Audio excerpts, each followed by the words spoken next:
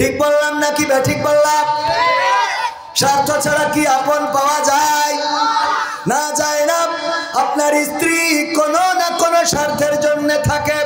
আপনার সন্তান যতদিন দিতে পারবেন ততদিন বাবা বলে ডাকবে, যখন দিতে পারবেন না চিন্তা করবে বাবা যদি এই বাড়ি থেকে বিদায় নিত তবেই তো বেঁচে যেতাম। আরো যদি উৎকৃষ্ট উদাহরণ দিই সবার ব্রেনে সহজেই ধরবে। গতকালকে ধানমন্ডি 32 নম্বরে বঙ্গবন্ধুর স্মৃতি বিজড়িত বাড়িটা ভেঙে ছারখার করে দিয়েছে, সমান করে দিয়েছে, সমতল করে দিয়েছে। ওগো আমার ভাইরা, যারা সংসদে এতদিন শেখ হাসিনার পক্ষে কথা বলতো, যারা বঙ্গবন্ধুর ইতিহাস শোনাতো, এমনকি বঙ্গবীর কাদের সিদ্দিকী ওরফে বাঘা সিদ্দিকী যে বলতো বঙ্গবন্ধুর হত্যার পরে সেই একমাত্র নাকি প্রতিবাদ করেছিল। গতকালকে যখন ধানমন্ডিতে এই বাড়িটা ভাঙা হলো তখন ওখানে বাঘা সিদ্দিকীকে পাওয়া গেল না, কুত্তা সিদ্দিকীও আসলো না। ওখানে কোনো আওয়ামী লীগ, যুবলীগ, ছাত্রলীগ, ওবায়দুল কাদের থেকে শুরু করে এই জিগরগাছা, চৌগাছা, মনিরামপুর, যশোর নেতা আছে না নাই? কোন নেতা ওখানে কি গেছে? যাই নাই। কেন যাই নাই? কারণ যতদিন শেখ হাসিনা দিয়েছে, যতদিন শেখ হাসিনার থেকে পেয়েছে, খেয়েছে, ততদিন তার পক্ষে গেয়েছে। যখন বুঝেছে আর পাওয়া হবে না, আর খাওয়া হবে না, তখন এই লোকেরা এখন বলে গাওয়া হবে না। ঠিক না বেটা? প্রমাণ পাইছেন? একটা একটা করে বাড়ি ভাঙচুর করা হলো, বঙ্গবন্ধুর মূর্তি নামিয়ে ফেলা হলো, ভাস্কর্যগুলো ভাঙা হলো। বড় বড় আওয়ামী লীগের লিডার এতদিন আমাদের বলতো হুজুর রাজনীতি করা যাবে না, হুজুর কথা বলবেন সাবধানে, মাহফিল বন্ধ করেছে। এত বড় পাওয়ার একটা বাবার মূর্তি রক্ষা করতে পারো নাই কেন? তার মানে তুমি বেঈমান, স্বার্থপর, তোমার মতো নেমে খারাপ আওয়ামী লীগ করার অধিকার রাখে না। ওয়াজ হবে আওয়ামী লীগের পক্ষে, ঠিক না বেটা? এত বড় বড় নেতা সংসদে গল্প শোনায়, আমরা যদি রাজপথে নামি বানের পানির মতো ভেসে যাবে। আজকে আমার স্বাধীনতার স্থপতি বঙ্গবন্ধু শেখ মুজিবুর রহমানের বাড়িটা ভেঙে ছারখার করে দিয়েছে, কত স্মৃতি বিজড়িত। এই বাড়িটা ভাঙার পরে আওয়ামী লীগের কোন নেতা যেহেতু কথা বলে নাই, সুতরাং চায়ের দোকানে বসে বিড়ি টানতে টানতে যদি কথা বলে ঘাট ধরে বাড়ি পাঠাই দেবেন। নেতাগিরি দেখাবা ধানমন্ডিতে দেখাও, নেতাগিরি দেখাবা মনিরামপুরের রাজপথে এসে দেখাও, নেতাগিরি দেখাবা এখন রাজপথে নেমে দেখাও। সেটা না দেখায় চায়ের দোকানে বিড়ি টানবার বলবা খেলা হবে।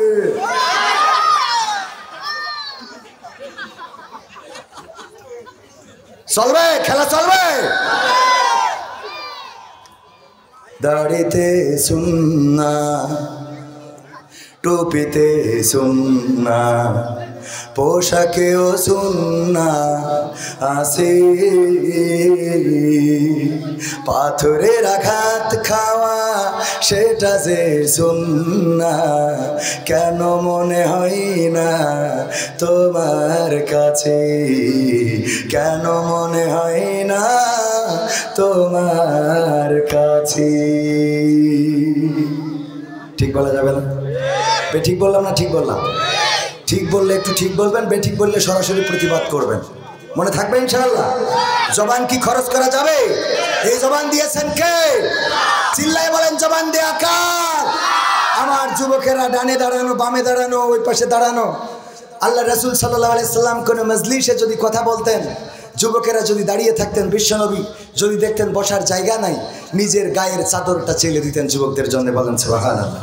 নিজের গায়ের চাদর চেলে দিতেন যে ওগো যুবক বিছাও এবং বসে পড়ো। যুবকেরা ওই চাদরটা বুকের সাথে জড়িয়ে ধরতো আর বলতো বিশ্বনবী আপনার চাদরে বসবো, এটা তো হইতে পারে না।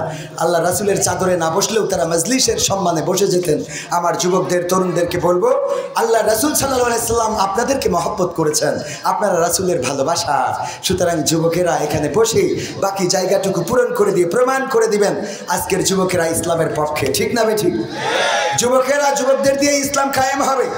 এতদিন এই বাংলাদেশে কত আন্দোলন, 16টা বছর জামাত ইসলাম করেছে, হেফাজত ইসলাম করেছে, চরমনা ইসলাম করেছে, বিএনপি ইসলাম করেছে, তাবলিগ ইসলাম করেছে, কোনো ইসলামে কাজ হয় নাই। যখন ছাত্র ইসলাম নেমেছে তখন একেবারে স্বৈরাচার শেষ। ঠিক না বেঠে? সুতরাং যুবকদের দাম আছে না নাই? যুবকদের দাম আছে না নাই? এই জন্য আমার যুবকেরা, ও দূরে দাঁড়ানো কলিজার টুকরারা, ইসলামের জন্য আল্লাহ রাব্বুল আলামিন বলেছেন, ওয়াইদা কুরিয়াল কুরআনু ফাসতামিউ লাহু ওয়া আনসিতু লাআল্লাকুম তুরহামুন। আমার আল্লাহ বলছেন, যখন তোমাদের সামনে কোরআন বলা হবে, কোরআন থেকে পড়া হবে, তখন তোমরা চুপ থেকে তোমাদের হৃদয়ের কান দিয়ে শুনবে, যাতে করে তোমাদের উপরে আল্লাহর রহমত বর্ষণ হতে পারে। বলেন সুবহানাল্লাহ। আল্লাহর রহমত কি আমরা চাই? কারা কারা চান হাত উঁচু করেন। দাঁড়ানো ভাইরা কি চান না? যদি চান আল্লাহর রহমতের জন্য, আল্লাহ বলেছেন চুপ থাকতে এবং হৃদয়ের কান দিয়ে শুনতে, বসার জন্য বলে নাই। কিন্তু আদব হলো কোরআনের কথা, হাদিসের কথা, রাসূলের কথা যখন হবে সেখানে বসে শোনা। ওগো আমার ভাইরা, এই মাহফিলটা আমাদের নাজাতের ওসিলা হয়ে যেতে পারে। বলেন সুবহানাল্লাহ। আল্লাহ পরকালে বলবেন, ইকরা কিতাবাকা কাফা বিনাফসিকাল ইয়াউমা আলাইকা হাসিবা। পড়ো তোমার কিতাব, পড়ে তুমি তোমার হিসাব করার জন্য নিজেই যথেষ্ট হয়ে যাবে। ওগো আমার ভাইজানেরা, আমি প্রায়ই বলে থাকি, যখন আমাদের হাতে কিতাবটা ধরিয়ে দেবে, এই কিতাবের পৃষ্ঠা উল্টাবেন, উল্টাতে উল্টাতে সব আমল নামার পাতায় পাতায় পাতায় পাতায় গুনাহ আছে না নাই? নামাজ পড়ি নাই, রোজা করি নাই, জীবনে এমন অনেক গুনাহ আছে, যেই গুনার খবর যদি মা জননী জেনে যেত তাইলে ভাত রান্না করে খাওয়াতো না। বলতো, এমন সন্তান তো পেটে ধরি নাই, তোমার মতো কুলাঙ্গার সন্তান রে আমি আর ভাত রান্না করে খাওয়াতে চাই না। এমন অনেক গুনাহ আছে, যেই গুনার খবর যদি আব্বা জেনে যেত বাড়ি থেকে ঘাড় ধাক্কা দিয়ে বের করে দিত। এমন অনেক গুনাহ আছে, যেই গুনার খবর যদি স্ত্রী জানতো, স্ত্রী আপনার সাথে সংসার করতো না, আপনার থেকে বাড়ি ছেড়ে চলে যেত। তোমার মতো এমন একজন বিশ্বাসঘাতক, যাকে আমি ফেরেশতার মতো মনে করি, সেই মানুষটার আমল নামায় এত গুনাহ, এমন খারাপ কাজ তুমি করতে পারো, স্ত্রীও সংসার করতো না। এমন অনেক গুনাহ আছে, যদি সন্তান জেনে যেত রে, তাইলে সন্তান বাবা বলে ডাকতো না। আমাদের গুনার খবর জানেন কে? জানেন কে?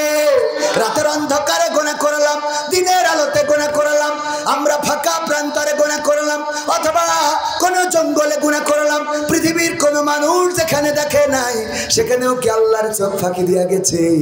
না, আল্লাহর চোখ ফাঁকি দিয়া যায় নাই। পৃথিবীর কেউ না দেখলেও আল্লাহ রাব্বুল আলামিন আমাদের সকল কৃতকর্ম দেখেন। ওই দিন যখন বলবেন, ইকরা কিতাবাকা কাফা বিনাফসিকাল ইয়াউমা আলাইকা হাসিবা, পড়ো তোমার কিতাব, পড়ে তোমার হিসাব করার জন্য তুমি নিজেই যথেষ্ট। এই কথা যখন বলে কিতাবটা ধরিয়ে দেবে, মানুষেরা বলবে, আল্লাহ এটা এমন একটা কিতাব, যেই কিতাবে ছোট ছোট কর্ম এড়ায় নাই। ফামাইয়ামাল মিসকালা যাররাতিন খায়রান ইয়ারা ওয়া মাইয়ামাল মিসকালা যাররাতিন শাররান ইয়ারা। ওই দিন যারা পরিমাণ যদি কেউ ভালো কাজ করে, কোন একটা কুত্তার বাচ্চা খানায় পড়ে গিয়েছিল, কোন একটা কুকুরের বাচ্চা কোন গর্তে পড়ে কাউ কাউ কাউ কাউ করছিল, এই সময় আপনি যাচ্ছিলেন দাঁড়িয়ে, ওই কুত্তার বাচ্চাটা ওই গর্ত থেকে তুলে দিয়েছেন। আল্লাহ রাব্বুল আলামিনের ফেরেশতারা সেই ভালো কাজটাও আমল নামায় লিখে রেখে দেবেন। বলেন সুবহানাল্লাহ। আবার আপনি যাওয়ার পথে অনেক সময় হাতে লাঠি থাকে, দুই পাশে গাছ পাতাবাহার অথবা অন্যান্য গাছ যদি থাকে, লাঠি দিয়ে টপটপ বাড়ি দেয় আর পাতাগুলো ছিঁড়ে ছিঁড়ে পড়ে যায়। আছে না নাই? ঘটে না? ঘটে না? যাওয়ার সময় কচা গাছে একটা ঘাড় ভেঙে দিলেন, যাচ্ছিলেন কলা গাছের কলার পাতা ঝুলে আছে, টান একটা দিয়ে দিলেন। আছে না নাই? কলা গাছের পাতা ঝুলে আছে, টান দিলেন, আপনার ঘাড়ে পড়ে রয়েছে, টান একটা দিয়ে দিলেন। আল্লাহ রাব্বুল আলামিন এই আয়াত দিয়ে বুঝাতে চেয়েছেন, যদি কেউ একটা কলা গাছ দাঁড়িয়ে আছে, আপনার কোনো অপরাধ করে নাই, কষ্টও দেয় নাই, এমনি পাতাটা ধরে টান দিয়েছেন, ওর বগল থেকে ছিঁড়ে চলে গেছে। এই যে বগল ছিঁড়া কলার পাতা, এটাও আমল নামায় লেখা থাকবে, এর হিসাব পরকালে আল্লাহর কাছে বিচারের কাঠগড়ায় দেওয়া লাগবে। মনে করেন যে না, ফামাইয়ামাল মিসকালা যাররাতিন খায়রান ইয়ারা ওয়া মাইয়ামাল মিসকালা যাররাতিন শাররান ইয়ারা। জাররা, জাররা সরিষার কোনা 70 খণ্ড করলে যতটুকু হয় তার থেকে ছোট হলো জাররা। বোঝা গেছে? একটা সরিষা কতটুকু, এইটারে যদি 70 খণ্ড করেন তাহলে কতটুকু হয়? সেইটার যে কণাটা এর থেকেও ছোট হলো জাররা। এই জাররা পরিমাণ ভালো কাজ অথবা খারাপ কাজ। কুত্তারে পানি পান করাইছেন, এর জন্য আল্লাহ রাব্বুল আলামিন আপনাকে পুরস্কৃত করবেন। আবার কুত্তার বাচ্চা হয়েছে, কোনো কারণ ছাড়াই পাটকাঠি যেয়ে গাদার তলে কাঠি দিয়েছে, কোনো কারণ ছাড়াই কুত্তা যেয়ে পাটকাঠি যেয়ে গুতাচ্ছেন, পাটকাঠি দিয়ে, এরকম আছে না? এই যে গুতালেন এটাও আল্লাহর আমল নামা, আল্লাহ রাব্বুল আলামিন আপনাকে দেখাই দেবেন। আপনি মনে করেন না যে ও আপনি মেলা ভালো কাজ করেছেন এই জন্য আপনি জান্নাতের টিকিট দুইটা একসাথে কাটা হয়ে গেছে, বোর একটা আপনার একটা, এরা এত সহজ জান্নাত, এত সহজ না। মনিরামপুর যদি একটা জমি কিনতে হয়, 1 শতক 5 শতক জমি কিনতে গেলে এখন ন্যূনতম 50 লাখ টাকার দরকার, ঠিক না বেঠিক? মনিরামপুর শহরে 50 লাখ টাকায় 5 শতক জমি পাওয়া যাবে প্রপারে? তারপরেও যদি পাওয়া যায়, যেতে পারে 5 শতক জমি 50 লাখ টাকা। আর আল্লাহ যে জান্নাত দিবেন এই দুনিয়ার ছোট জান্নাতটাও কয় গুণ? কয় গুণ? সবাই বলেন কয় গুণ? তো 10 গুণ জান্নাত নিবেন, বিড়ি টানেন আর মনে করেন আল্লাহ জান্নাত দিয়ে দেবেন। এত সোজা, বিড়ি টেনে তে কুলিবিলি করি, তে উজু করি না, পাও ভেজিনি, গুড়ালু ভেজিনি, হাতাও ভেজিনি, কানেও ভেজিনি, উজুর ফরজ কয়টা এটাও জানেন না ঠিক মতো। ইমাম সাহেব সূরা ফাতিহা পড়লো না সূরা কি পড়লো তাও জানেন না, খালি ওই টপটপ মারেন আর চলে আসেন, এরকম আছে না নাই? আল্লাহর ওলি পরহেজগার কত যে আছে। আল্লাহ জানাজার দোয়া, প্রতিনিয়ত জানাজা পড়ি অথচ আমরা জানাজার দোয়া পারি না। আহা, আমি জানাজার দোয়া ধরলাম, 100 জনের 90 জন জানাজার দোয়া জানবে, আমার কাছে প্রমাণ আছে, আমি দায়িত্ব নিয়ে বলছি। যদি কেউ বলেন হুজুর আপনি এটা বললেন এটা ঠিক না, আমি দায়িত্ব নিয়ে বলছি, আমি প্রমাণ দিতে পারবো আপনাদের। কালেমায়ে তাইয়্যিবা ধরেছি, কয় লা ইলাহা ইল্লা আনতা সুবহানাকা ইন্নী কুনতু মিনাজ জালিমিন। লাভ কি? কালেমাটাও তো ঠিক মতো জানি না। যাই হোক, ওগো আমার ভাইরা, যারা পরিমাণ ভালো কাজ সেটাও দেখাবেন আল্লাহ, যারা পরিমাণ খারাপ কাজ সেটাও দেখাবেন আল্লাহ। এবং কিতাবটা যখন ধরিয়ে দেবে, ওই কিতাবের প্রতিটা পাতায় পাতায় আপনার আমার কৃতকর্মগুলো, কবে লাইলাতুল ফেব্রুয়ারিতে গদখালি গিয়েছিলেন, কার পিছনে নিয়ে গিয়ার মারিলেন, আছে না নাই? যুবকেরা 14 তারিখ সাবধান সাবধান রে, কারে নিয়ে গেলেন? কোন দিন ফুল কিনে দিয়েছিলেন, এরপরে আপনি তাহাজ্জুদ গুজারি হয়েছেন, হতে পারে আল্লাহ আপনার গুনাহ ক্ষমা করে দিতে পারেন, কিন্তু সেটাও কিতাবে থাকবে। আর এইভাবে করে করে প্রতিটা কৃতকর্ম যেমন থাকবে, থাকতে থাকতে আজকের এই মাহফিলের এই দিনটা, এই সময়টা থাকবে না? থাকবে না? এটাও থাকবে। আপনি কিতাবের পৃষ্ঠা উল্টায় 6 ফেব্রুয়ারি 2025 সাল আপনার আমলনামার খাতায় যখন দেখবেন কোন এক কোরআনের মাহফিলে বসেছিলেন, আল্লাহ রাসূলের ভাষায় জান্নাতের বাগান, আল্লাহকে যদি বলার সুযোগ আল্লাহ রাব্বুল আলামিন দান করে দেয়, ওগো বান্দা তোমার খাতাটা চেক করে কি পেয়েছো নাকি কোনো ভালো কাজ? আমরা যদি বের করি করতে করতে যদি এই জায়গাটা পেয়ে যায়, কবির বিন সামাদ ধরা খেয়ে গেলেও যেতে পারে, কারণ এখানে এসেছে খাওয়া আছে, টাকা আছে, এই জন্য কবির বিন সামাদ এসেছে। কিন্তু আপনারা যারা এসেছেন আপনাদের খাওয়াও নাই, টাকাও নাই।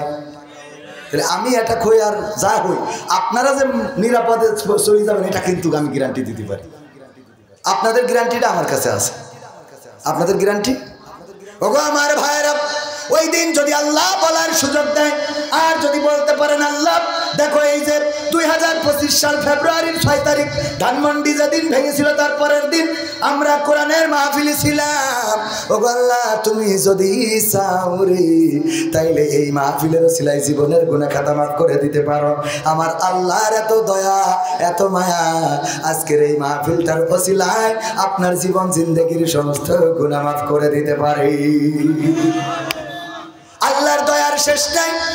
শুধু সওয়াব দিয়ে পার পাওয়া যাবে না, দাড়ি দিয়ে, টুপি দিয়ে, নামাজ দিয়ে, রোজা দিয়ে পার পাওয়া যাবে না।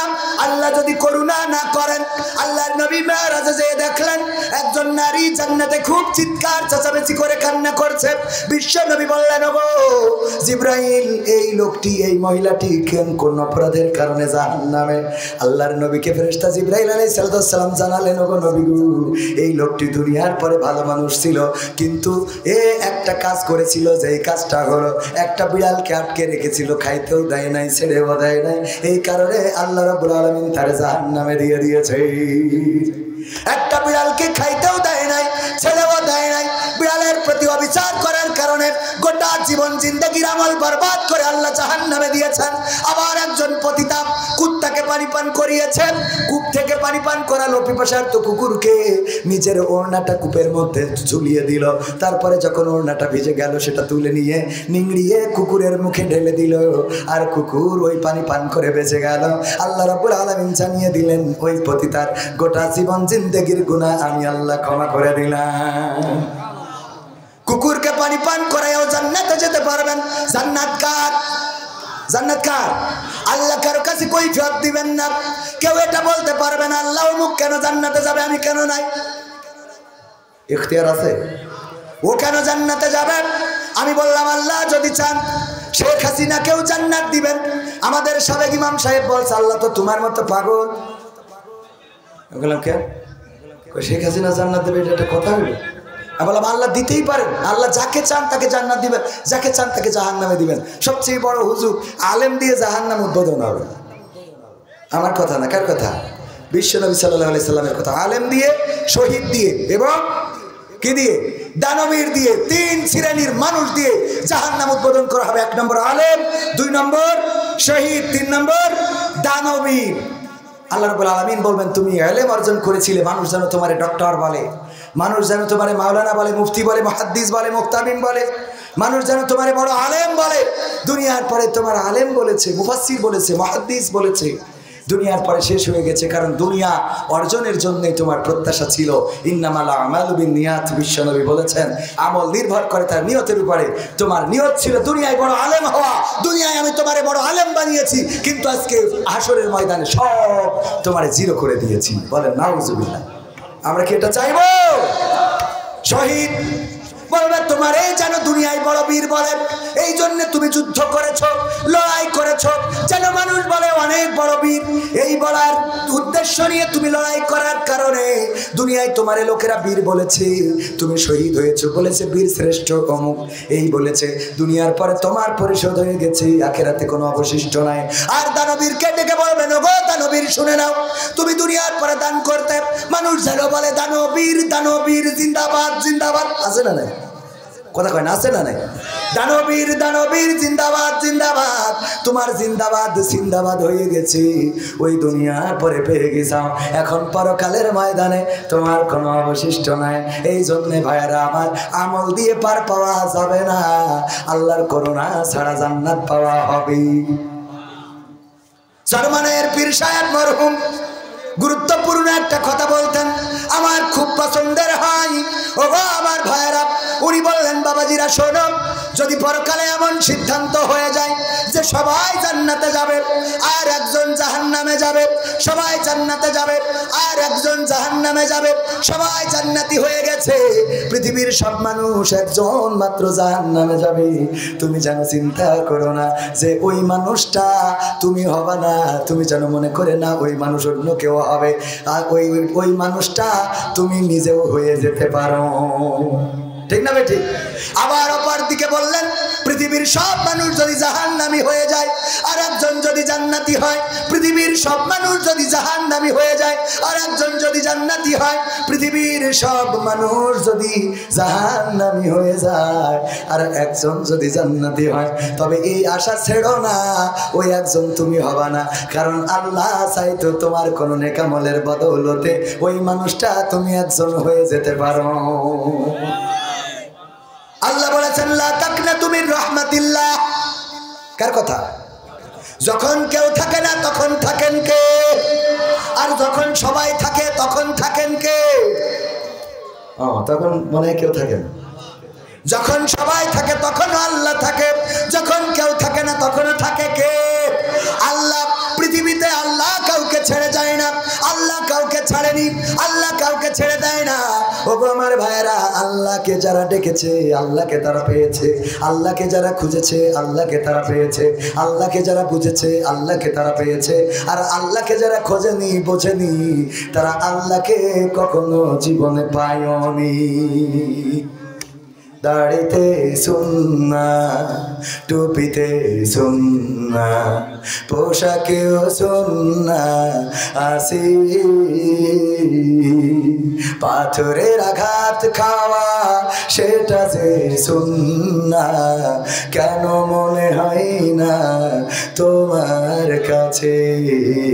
কেন মনে হয় না তোমার কাছে? ঠিক বললেন না? নবীর প্রেমে তুমি দাওয়াতে তাবলীগ ধারণ করেছো বুকে, সেই তুমি আজ কেন জুলুমের প্রতিবাদে আওয়াজ তোলো না মুখে? বিশ্বাস হলো না? আরে আওয়াজ রে, এই শ্রোতা মনে রামঠু, এই দিয়ে আবার বঙ্গবন্ধুর ভাস্কর্য ভাঙেন, আপনাদের কাটি খোলার দরকার। নবীর প্রেমে তুমি দাওয়াতে তাবলীগ ধারণ করেছো বুকে, সেই তুমি আজ কেন জুলুমের প্রতিবাদে আওয়াজ তোলো না মুখে? মেসওয়াক করো তুমি রোজ প্রতিদিন, মেসওয়াক করো তুমি রোজ প্রতিদিন, সেখানেও সুন্নাহ আছে। পাথরের আঘাত খাওয়া, মাঝে মাঝে রিমান্ডে যাওয়া, সেটা যে সুন্নাহ, কেন মনে হয় না তোমার কাছে? কেন মনে হয় না তোমার কাছে? মিলাদুন নবীতে বড় সোচ্চার তুমি, নাকি দেখানো লোক? সেই তুমি জানলে না আমার রাসূল ছিলেন সফল রাষ্ট্রনায়ক।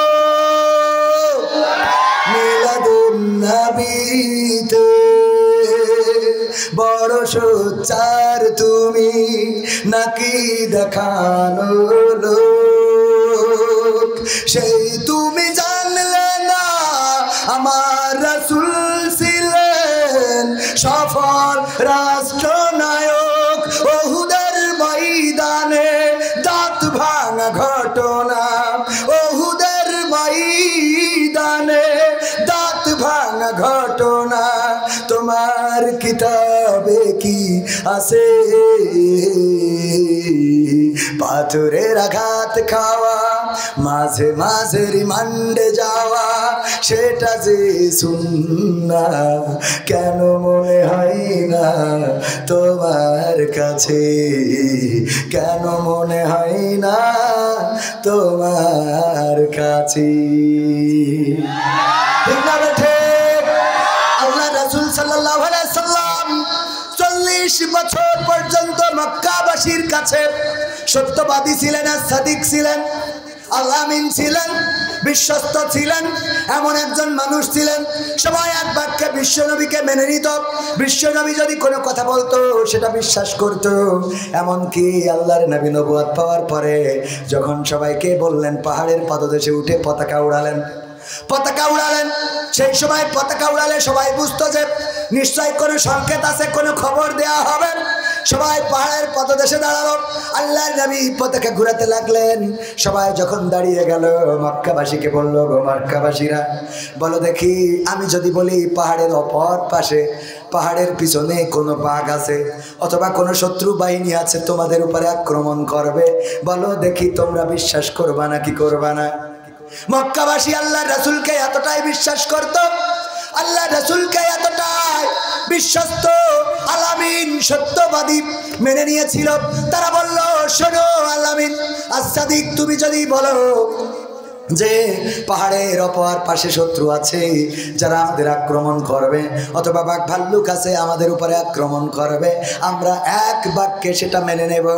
কারণ গোটা জীবন জিন্দেগিতে তুমি কোনোদিন মিথ্যা বলো নাই, কোনোদিন কারোর সাথে প্রতারণা করো নাই, কোনোদিন কোনো মানুষ ঠকাও নাই, কোনোদিন কোনো মানুষের টাকা ধার নিয়ে ঘুরাও নাই, কোনোদিন কোনো মানুষের সাথে গালমন্দ করো নাই, গালি দাও নাই, কোনোদিন কোনো মানুষের সাথে অসদাচরণ করো নাই। তোমার গোটা 40 বছর জীবন জিন্দেগির মধ্যে আমরা যেটা দেখেছি, তুমি একজন নিরেট ভালো মানুষ, একজন সত্যবাদী আল্লাহওয়ালা, একজন ভালো মানুষ, ভালো মানুষ, ভালো মানুষ। এর বাইরে তো তুমি নও, সুতরাং তোমার কথা মানতে আমাদের কোনো আপত্তি। আল্লাহ রাসূল বললেন, যদি তাই হয় ওগো মক্কাবাসী, আল্লাহ রাব্বুল আলামিন আমার উপরে কিতাব নাজিল করেছেন, কোরআন দিয়েছেন, আমাকে নবুয়ত দিয়েছেন, আমি তোমাদের পরে নবী হয়ে এসেছি। আমি বলছি শোনো, এই পৃথিবীর পরে আর একটা জীবন আছে, যেই জীবনে তোমাদের কৃতকর্মের সাক্ষ্য দিতে হবে, হিসাব দিতে হবে, কৃতকর্মের হিসাব দিতে হবে, তোমাদের ভালো মন্দের বিচার হবে।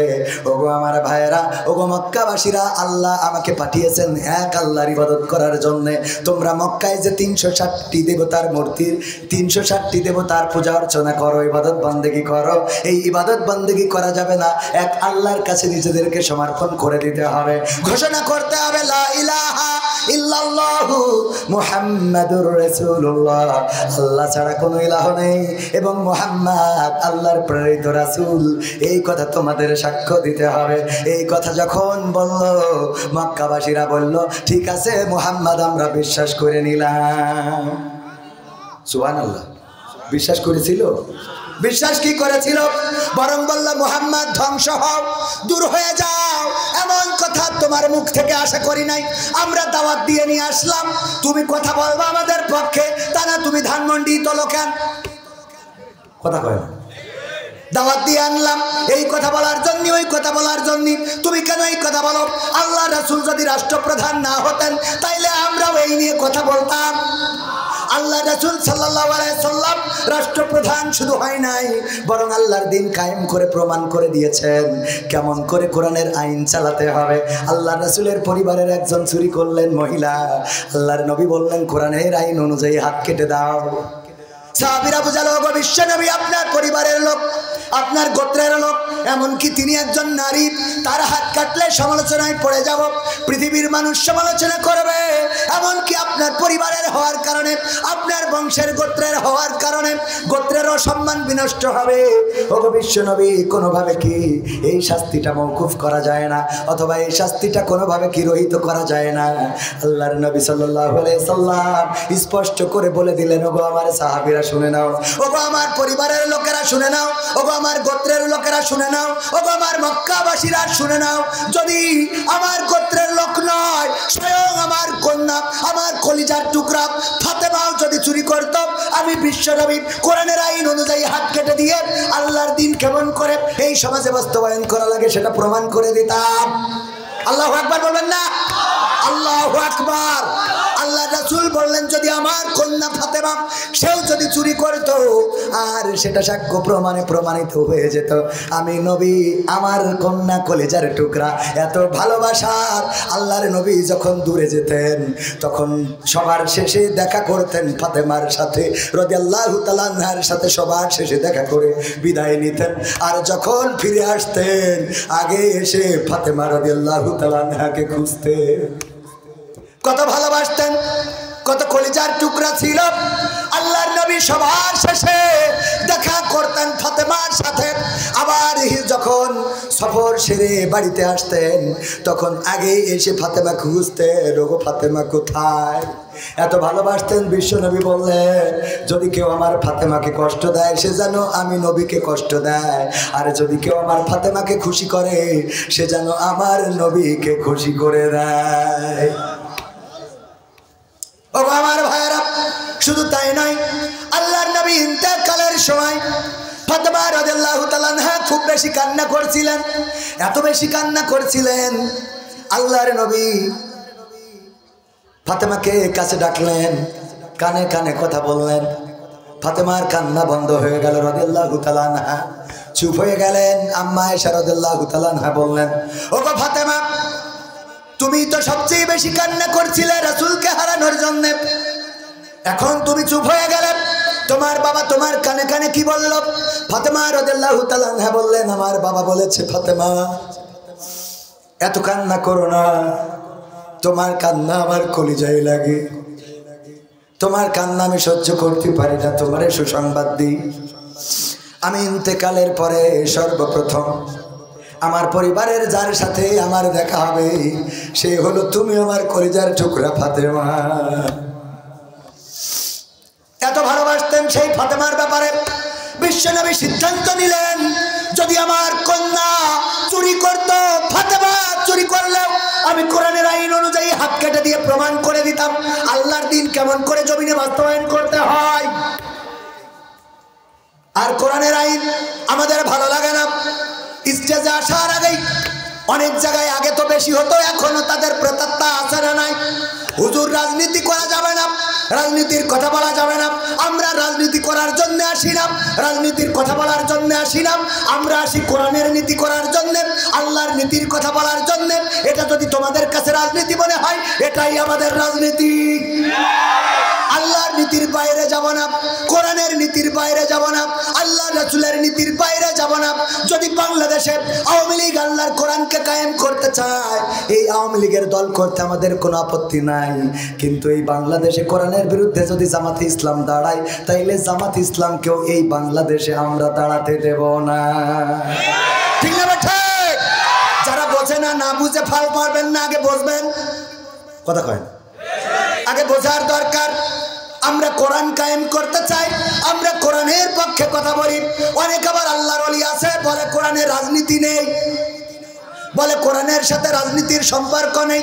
আমরা বলতে চাই কোরআনের সাথে রাজনীতির সম্পর্ক আছে কিনা আছে সেটা আলেমরা বলবে।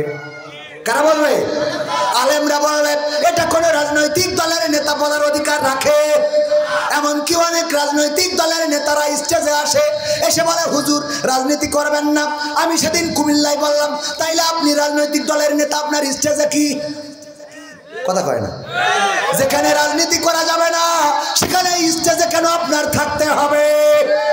আপনি তো রাজনৈতিক দলের নেতা, হয় পার্টি দিবসের, না হয় মাটি দিবসের, না হলে চার দোকানে বিড়ি টানেন। ঠিক না বেঠে? কারণ এখানে কোরআনের কথা যারা আলেম তারা ভালো করেই জানেন কোন কথা বলা লাগবে, কোন কথা বলা লাগবে না, কোন কথা মানুষের প্রয়োজন, কোন কথা মানুষের প্রয়োজন না। আল্লাহ বললেন, ইয়া আইয়ুহাল্লাযীনা আমানু লিমা তাকুলুনা মা লা তাফআলুন। ও ঈমানদারেরা শুনে নাও, তোমরা এমন কোন কথা বলো না যা তোমরা কাজে পরিণত করো না। কথাটা কার? কথাটা কার? তার মানে কথা যেটা বলবেন কাজে সেটা পরিণত করতে হবে। যদি কথা বলেন, যদি বলেন যে আমরা কালকে মিছিল করব কোথায়? মনিরামপুরে, গোটা বাংলাদেশ অথবা গোটা মনিরামপুরের লোকজন আসবা, সবাই যদি আসে বড় মিছিল হওয়া সম্ভব নাকি সম্ভব না? কথা দিল, কাজে পরিণত করেছে, তার মানে মিছিল বড় হয়ে গেছে। ঠিক না ঠিক? কিন্তু অনেকেই বলে যাও দেখবানে, চেষ্টা করবানে, হবে ইনশাআল্লাহ, দেখি বাড়িতে কি বলে। এরকম আছে না? আবার অনেকেই কথা দিয়ে কথা রাখে। যেমন আমাদের ওবায়দুল কাদের কাকা বলল পালাবো না, বলেছে না বলে নাই? পালাবো না, প্রয়োজন হলে ফখরুলের বাসায় গিয়ে উঠবো, ঠাকুরগাঁওয়ে বাসা আছে না। অথচ এই লোকটা এই কথা বলে। আমি ঠাকুরগাঁওয়ে গেলাম, জিজ্ঞাসা করেছি, আল্লাহর কসম মিথ্যা বলছি না, আমি জিজ্ঞাসা করলাম এখানে কি এসেছে, কয় না। তাহলে কি কথার সাথে কাজের মিল আছে? বলল পালাবো না, পালিয়ে গেল। আর আমার আল্লাহ বলল, ইয়া আইয়ুহাল্লাযীনা আমানু লিমা তাকুলুনা মা লা তাফআলুন। ও ঈমানদারেরা, এমন কথা বলো না যা তোমরা কাজে পরিণত করো না। কাবুরা মাকতান ইনদাল্লাহি আন তাকুলু মা লা তাফআলুন। আল্লাহর কাছে এটা অত্যন্ত পছন্দের যে তোমরা মুখে যা বলো কাজে তা পরিণত করো না। কথাটা কার? সুতরাং ওবায়দুল কাদের কথা দিয়ে কথা রাখে নাই। এখন যদি বলেন ওবায়দুল কাদেরের কাঠি করছি কেন, কোরআনের সাথে পড়ি গেছে তাই। কথা কয় না? আমার কোরআন বলছে যা বলবা তাই করবা, যা করবা না তা বলবা। শামীম ওসমান বলল খেলা হবে, খেলা হবে। 80-90 রাকাত তাহাজ্জুদ পড়া আল্লাহর ওলি শামীম ওসমান হাফিজাহুল্লাহ খেলা হবে বলে মাঠ ছেড়ে দিয়ে চলে গেল। ঠিক না ভাই? ঠিক।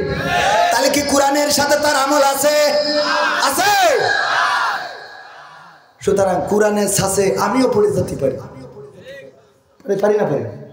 আমার বিরুদ্ধেও চলে যাবে, আমার বাবার বিরুদ্ধে যাবে, কারণ কোরআন বলছে ইয়া আইয়ুহাল্লাযীনা আমানু লিমা। আমি তো মনে আছে আল্লাহ ওদের ইন্ডিকেট করে বলেছে যে তোরা বললি পালাবো না, খেলা হবে, রাজপথ ছাড়বো না, মুইতে দিলি বানের পানির মতো ভেসে যাবে।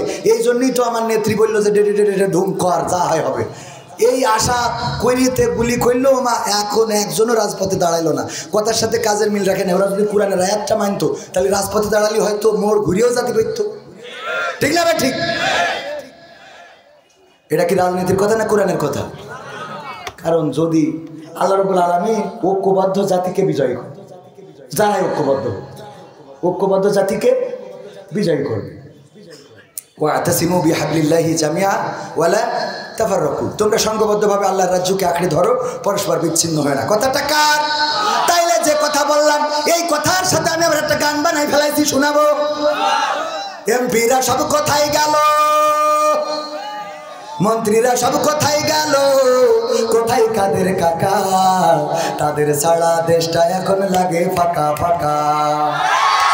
পালাবো না, পালাবে না, পালাবে না, যাই না তবু দেখা, পালাবে না, পালাবে না, যাই না তবু দেখা, তাদের ছাড়া দেশটা এখন লাগে ফাঁকা ফাঁকা, ওদের ছাড়া দেশটা এখন লাগে ফাঁকা ফাঁকা।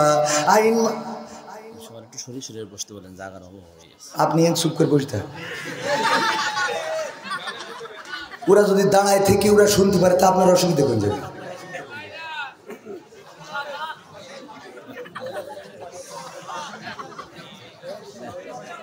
এমপিরা সব কোথায় গেল, এমপিরা সব কোথায় গেল, কোথায় কাদের কাকা, তাদের ছাড়া দেশটা এখন লাগে ফাঁকা ফাঁকা, ওদের ছাড়া দেশটা এখন লাগে ফাঁকা ফাঁকা। আইন মন্ত্রী আটকে গেল আইনেরই ফাঁকে, দাড়ি ছাড়া দরবেশের ভণ্ড ভণ্ড লাগে। ঠিক না বেটা? আইন মন্ত্রী আটকে গেল আইনেরই ফাঁকে, দাড়ি ছাড়া দরবেশের ভণ্ড ভণ্ড লাগে। শুনছি কত নেতা নেত্রী খাইতেছে ভাই ডান্ডা, বিচারপতি কালামানিকের ফাটিয়েছে আন্ডা। পলকের ঝলক গেল, পলকের ঝলক গেল থামিয়ে নেটের চাকা, তাদের ছাড়া দেশটা এখন লাগে ফাঁকা ফাঁকা, ওদের ছাড়া দেশটা এখন লাগে ফাঁকা ফাঁকা। কই গেল সেই সংসদেতে মমতাজের গান, কোথায় গেল হযরত বলা স্বামী মুসলমান। ঠিক না বেটা? মমতাজ সংসদে গান গাইলো, যেই সংসদে জনগণের অধিকারের কথা বলার কথা, যেই সংসদে জনগণের চাওয়া পাওয়ার কথা বলার কথা, যেই সংসদে জনগণের দুঃখ দুর্দশা বলার কথা, সেই সংসদে তিনি নেতার নিয়ে গান গাইলো, নেত্রীর নিয়ে গান গাইলো, আমাদের কোনো আপত্তি নাই। কিন্তু 5 আগস্টের পরে এই মমতাজার একটা গানও গাইলো, গেছে। আমি বললাম নেমো খারাপ, বেঈমান, স্বার্থপর, তোমার মতো লোকের শেখ হাসিনা এমপি বানায় বড় ভুল করেছে। ওদের না বানায় যদি আমাদের মতো লোক বানাইতো তাও আমরা রাজপথে থাকতাম। ঠিক না বেটা? কারণ আমরা নেমোখারামি করি। আমাদের যদি ফাঁসির কাস্টে ঝুলায়, আমাদের হাতে হ্যান্ডকাপ লাগায়, আমাদের পায়ে ডান্ডা বাড়ি পরায়, আমাদের রিমান্ডে নাই, আমাদের ফাঁসির কাস্টে ঝুলায়, এমনকি একজনও আছে বাংলাদেশ ছেড়ে পালিয়েছে? না, পালাই নাই, বরং ফাঁসির কাস্টে ঝুলে প্রমাণ করে দিয়েছে ইন্না সালাতি ওয়া নুসুকি ওয়া মাহইয়ায়া ওয়া মামাতি লিল্লাহি রাব্বিল আলামিন।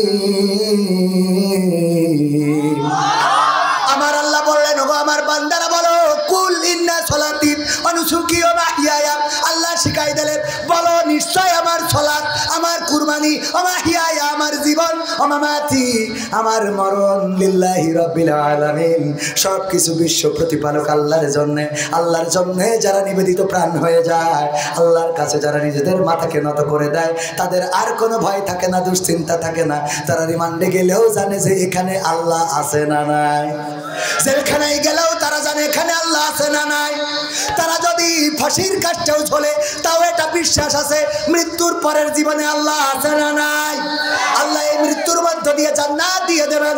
আল্লাহর প্রতি যারা নিবেদিত প্রাণ হয়ে যায়, সে আওয়ামী লীগের হোক, বিএনপির হোক, জামাতের হোক, জাসদের হোক, বাসদের হোক, হেফাজতের হোক, তাবলিগের হোক, চরমানের হোক, পাবলিকের হোক, আল্লাহর প্রতি যারা নিবেদিত আল্লাহ তাদেরকে রক্ষা করেন। একবার এক হিন্দু আর একজন মুসলমান দুইজনে তর্ক বিতর্ক শুরু করে দিয়েছে।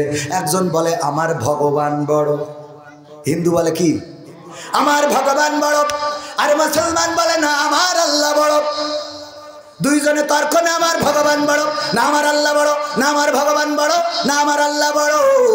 এই কথা বলার তর্ক বিতর্কের এক পর্যায়ে মুসলমান দেখলো একটু বুদ্ধি খাটায়, মুসলমানদের তো একটু বুদ্ধি বেশি থাকে মাঝে মাঝে, বললো যে দেখো যদি তোমার ভগবান বড় হয় চলো আমরা ওই পাহাড়ে উঠবো, উঠে নিচেই লাভ দেব, যে বেশি থাকবে বুঝে নেব তার আল্লাহ বা ভগবান বড়।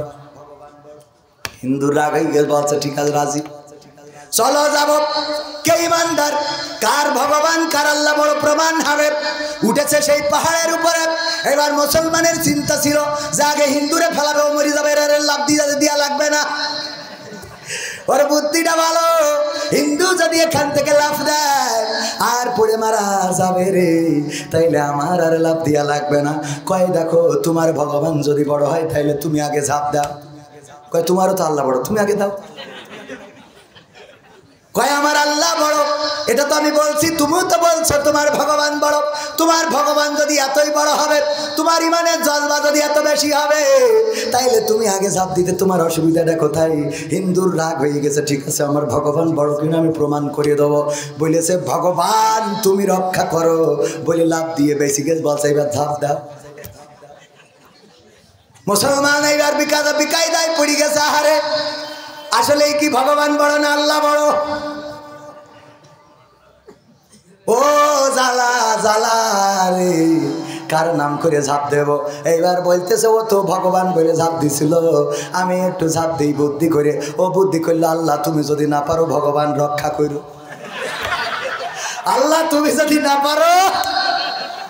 এরকম ইমান আছে না নাই? এমন ইমান অনেকেরই আছে, মনে করে আমাদের ভালো মন্দ চেয়ারম্যান করতে পারে, মনে করে আমাদের ভালো মন্দ মসজিদের সভাপতি করতে পারে, মনে করে আমাদের ভালো মন্দ এলাকার নেতা করতে পারে, মনে করে আমাদের ভালো মন্দ ডক্টর ইউনুস করতে পারে। আল্লাহর কসম করে বলি, আল্লাহ রাব্বুল আলামিন যতক্ষণ পর্যন্ত আপনার ভালো না চাইবে ততক্ষণ পর্যন্ত আপনার ভালো এবং মন্দ হবে। আল্লাহ যাকে চান তাকে বাঁচান, যাকে চান তাকে মারেন। আল্লাহ রাব্বুল আলামিনকে যারা ডেকেছে আল্লাহকে পেয়েছে। ইউনূস আলাইহিস সালাম নদীর পানির মধ্যে, মাছের পেটের মধ্যে, রাতের অন্ধকারের মধ্যে আল্লাহকে ডাকলেন, বললেন পড়েন সুবলা ইলাহা ইল্লা আনতা সুবহানাকা ইন্নী কুনতু মিনাজ জালিমিন। ওগো আল্লাহ তোমার মতো সত্য পবিত্র, তোমার মতো পুত পবিত্র কোনো ইলাহা নাই, আর আমি আমার উপরে জুলুম করে ফেলেছি, তুমি দয়া করো, রহম করো, ক্ষমা করো। আমার আল্লাহ বললেন ওগো জুন্নুন, ওগো মাসালা শুনে নাও, তোমার ডাক, তোমার ওই রাতের চিৎকার, অন্ধকার মাছের পেটের মধ্য থেকে চিৎকার পৃথিবীর কোনো মানুষ শোনে নাই, কোনো মানুষ তোমার ওই আওয়াজটা শোনে নাই, তোমার আওয়াজটা মাছের পেটের বাইরেও আসে নাই, ওই নদীর পানির উপরে ওঠে নাই, কিন্তু আমি আল্লাহ রাব্বুল আলামিন আরশে আজিম থেকে তোমার আওয়াজটা শুনলাম, আর আমি তোমার ডাকে সাড়া দিয়ে দিলাম, ওই মাছের পেটের মধ্যে যন্ত্রণা বাড়িয়ে দিলাম, মাছটা আবার তোমাকে নিরাপদ গন্তব্যে রেখে আসলো। বলেন সুবহানাল্লাহ। মুসা আলাইহিস সালামের সাহাবীরা বলল গো মুসা, তো বাঁচার কোনো রাস্তা নাই। কেন রাস্তা নাই? কারণ এই যে নদী আর পিছনে ফেরাউনের বাহিনী, হয় নদীতে পড়ব না হয় ফেরাউনের বাহিনী ঘোড়ার পদতলে পিষ্ট হয়ে এই পৃথিবী থেকে বিদায় নেব।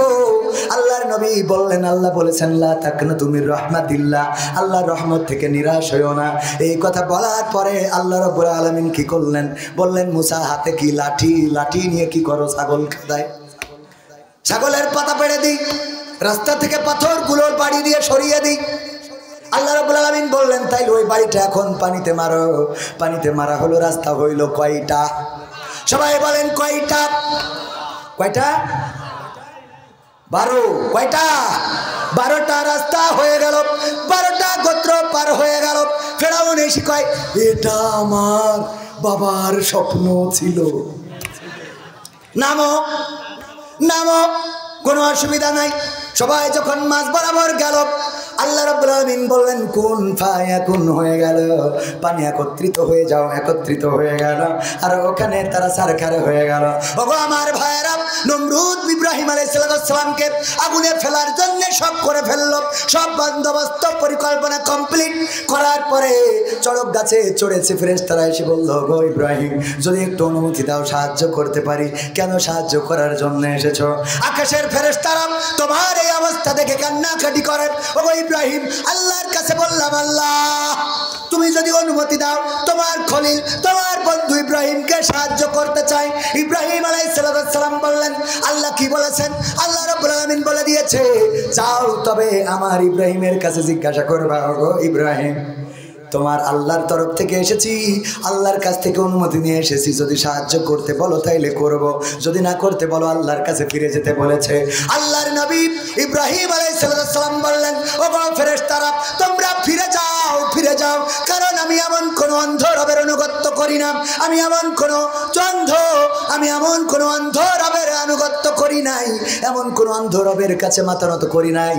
আমি বলেছি, ইন্নী ওয়াজ্জাহতু ওয়াজহিয়া লিল্লাযী ফাতারাস সামাওয়াতি ওয়াল আরদ হানিফান ওয়া মা আনা মিনাল মুশরিকিন।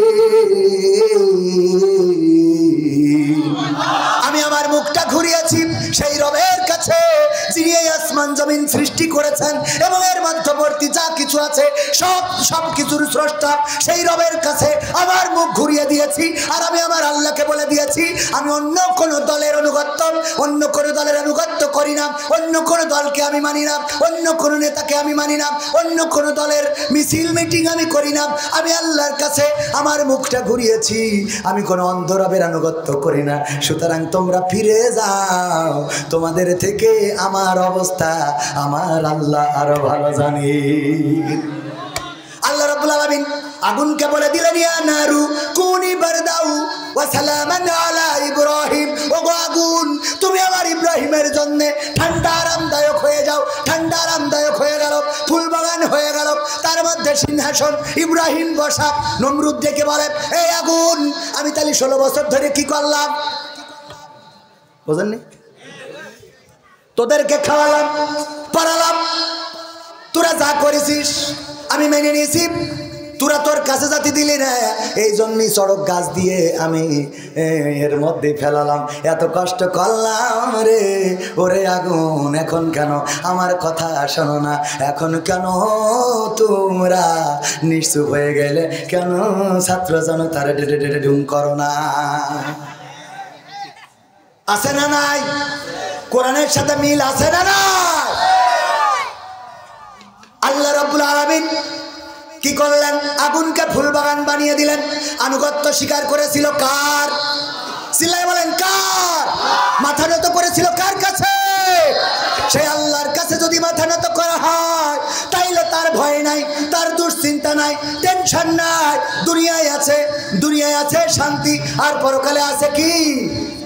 মুক্তি। আছে না না? একটা গরু ধরে নেন আমাদের মাহফিলের সভাপতি, মসজিদ মাদ্রাসার সভাপতি, ওনার একটা গরু ছিল। ওই গরু মাঠে ছেড়ে দিয়ে এসেছে যে তুই যা, মনে চাই খাওয়ার সুবিধে নেই। হঠাৎ করে পাশ থেকে একটা জঙ্গল থেকে বাঘ বের হয়ে গরুর পিছু নিয়েছে, গরুরে ধরার জন্য দৌড়ানি দিয়েছে। গরু দৌড়ায়। হঠাৎ চিন্তা করলো, বাঘের সাথে তো দৌড়াই পারবো না, তাইলে কি করা যায়? তাড়াতাড়ি করে বুদ্ধি করে, পাশে ছিল একটা নরম কাদাওয়ালা জমিন, ওই কাদাওয়ালা জমিনের মধ্যে লাফ দিয়েছে। গরু কাদার মধ্যে পুঁতে গিয়েছে, আর উঠতে পারে না, ওঠার চেষ্টাও করে না। বাঘও গরুকে ধরার জন্য যেহেতু পিছু নিয়েছিল, বাঘও লাফ দিয়েছে গরুর ধরার জন্য, কিন্তু বাঘের দৌড়ের গতি বেশি থাকার কারণে গরুকে রেখে 3 হাত সামনে যেয়ে পড়েছে। কয় হাত? ওর হাত পা সব আটকে গেছে কাদার মধ্যে। এমন কাদা আছে না নাই? যত উঠতে যায় তত জড়িয়ে যায়, যত ছাড়াতে চায় তত জড়িয়ে যায়। এখন মাঝে মাঝে দেখবেন যে ইঁদুর মারার জন্য আঠা উঠেছে না, এরম বইয়ের মতো আঠা লাগানো থাকে, ওইটা এরকম করে মেলিয়ে রাখলে ওইটা ইঁদুর আটকে যায়, যত ছাড়াইতে চাই তত জড়াই যায়। বলেন ঠিক না বেঠিক? এই কাজগুলো করা যাবে না, এভাবে ইঁদুর মারা যাবে না। সকল কেরাম বলেছেন যে এইভাবে উদুর হত্যা করা যাবে না। আল্লাহর নবী সাল্লাল্লাহু আলাইহি সাল্লাম বিনা কারণে কোনো প্রাণী তো দূরের কথা, গাছের পাতাও ছিঁড়তে নিষেধ করেছেন। তবে যদি কেউ অনিষ্ট করে, মানুষকে যদি কেউ আক্রমণ করে, মানুষকে যদি কেউ ক্ষতি করে, সেই প্রাণীগুলো মারার অধিকার দিয়েছেন।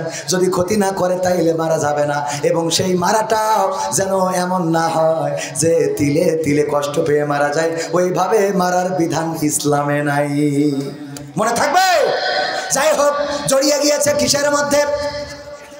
কিসের মধ্যে? কাদার মধ্যে। গরু কোনো চিন্তা ছাড়া কি করতেছে? জাবর কাটাচ্ছে। বাঘের মাথা গরম হয়ে গেছে।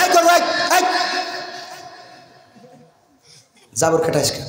তো বলতে ভাই কি হইয়াস ভাই, এরকম করছে কে ভাই? রাগ করছে কেন? মানে গরু তো তার কথা তো এরকম হবে নাকি? রাগ করছে কেন ভাই? এই রাগ করবো না কেন? আরে গরু, আমি যদি তোরে ধরে ফেলতাম তাহলে তোরে খাইতাম, তোরে খেয়ে আমি বেঁচে থাকতাম, তুই মারা যাতিস। কিন্তু তুই যদি দৌড়ায় পালিয়ে যাতিস তাইলে তুই দৌড়ায় পালিয়ে যেতে পারতিস, আর আমিও তোরে ধরতে পারতাম না, দুইজনই বেঁচে থাকতাম। কিন্তু এমন একটা আকাম করে সোরে যে এখন এই কাদার মধ্যে তুমিও মারবা আমিও মারবো। তাতে কি ভাই? গরু তুই আসলে মানুষ হবি না। এই গরু তাতে কি মানে? মারা যাব, তোর কোনো দুশ্চিন্তা নেই। আচ্ছা সেইটা বাদ দে, এই বিপদের মধ্যে তুই জাবর কাটাচ্ছিস কোন ভাবে? তোর কেন দুশ্চিন্তা হয় না? এই বিপদের মধ্যে জাবর কাটাইনো আসে কেমনে? গরু গরু কয় ভাই তুমি তো জানো না, আমার যিনি মালিক তিনি মসজিদের সভাপতি, মাদ্রাসার সভাপতি, মাহফিলের সভাপতি। এই সভাপতি আজকে ওয়াজ মাহফিল হচ্ছে বলে ওইখানে আছে, নামতেও পাইতেছে না, আসতেও পাইতেছে না। বিপদে পড়লেও কিছু করার নেই, আর এর মধ্যে তুমি আমার পিছু নিয়েছো। কি করেছো? আমার পিছু নিয়েছো, আমার আটকালে আমি কাদার মধ্যে বুদ্ধি করে লাভ দিলাম। কারণ হলো আমার মালিক মাহফিল শেষ করে যখন বাড়িতে আসবে, আসার পরে টর্চ লাইট মারবে গোয়ালের মধ্যে, যখন দেখবে আমি বাড়িতে ফিরি নাই, তখন উনার সন্তান আরো দলের যে সাঙ্গা পাঙ্গা সাঙ্গ পাঙ্গ আছে ওদেরকে নিয়ে খোঁজার জন্য আসবে। এসে খুঁজতে খুঁজতে যখন আমারেও পাবে তোমারেও পাবে, তখন এখানে আমারে তো উদ্ধার করবে আর তোমারে বাড়াই পুতা দিয়ে তারপরে যাবে। ঠিক না বেঠে? আমারে উদ্ধার করবে আর তোমার এইখানে পিটায়ে পিটায়ে পুঁতে রেখে কবর দিয়ে তারপরে যাবে। কারণ তুমি আমারে ধরার চেষ্টা করেছিলে। তোমার এত বড় সাহস কি করে হলো? কোত্থেকে এলে তুমি? কেন এত বড় সাহস করলে? এই জন্য অপেক্ষায় থাকো। এইবার বলো বাঘ ভাই, আমার তো মালিক আছে, তোমার তো মালিক নাই, তোমার উদ্ধার করার লোক নাই, ঠেকানোর লোক নাই। আমার মালিক আসবে, উদ্ধার করবে আর তোমারে খবর দেবে। এরপরেও কি আমি জাবর কাটাবো না? ঠিক না বেটে? জাবর কাটাই, আমরা জেলখানায় গেল জাবর কাটাই, আমরা রিমান্ডে গেল জাবর কাটাই, আমরা ফাঁসিতে ঝুললেও জাবর কাটাই। কারণ আমরা জানি আমাদের আছেন